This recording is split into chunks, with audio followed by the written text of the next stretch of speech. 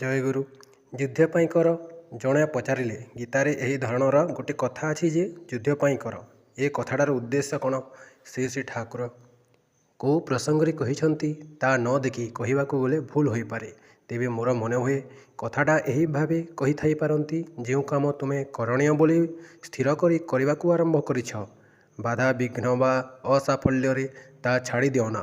Yield ଆତ୍ମସମର୍ପଣ କରନା, କରଣୀୟ କରିଚାଲ। ଭଲ ଯାହା ତାହା କରୁ ହିଁ ଥାଅ। ଷ୍ଟ୍ରଗଲ୍ ସଂଗ୍ରାମ କରିବାକୁ ହେବ। ଷ୍ଟ୍ରଗଲ୍ ସଂଗ୍ରାମକୁ ଭୟ କରନା। ମଣିଷର କରଣୀୟର କିନ୍ତୁ କୌଣସି ସୀମା ପରିସୀମା ନାହିଁ। ଇଣ୍ଟରେଷ୍ଟ ଅନ୍ତରାଶ ଯେତେ ଏକ୍ସପାଣ୍ଡେଡ୍ ବିସ୍ତୃତ ହୁଏ, ଦାୟିତ୍ୱ ଓ କରଣୀୟର ପରିଧି କିନ୍ତୁ ସେତେ ବଢ଼ି ଚାଲେ। ଆଲୋଚନା ପ୍ରସଙ୍ଗ 8ମ ଖଣ୍ଡ। ଉର୍ଜନା।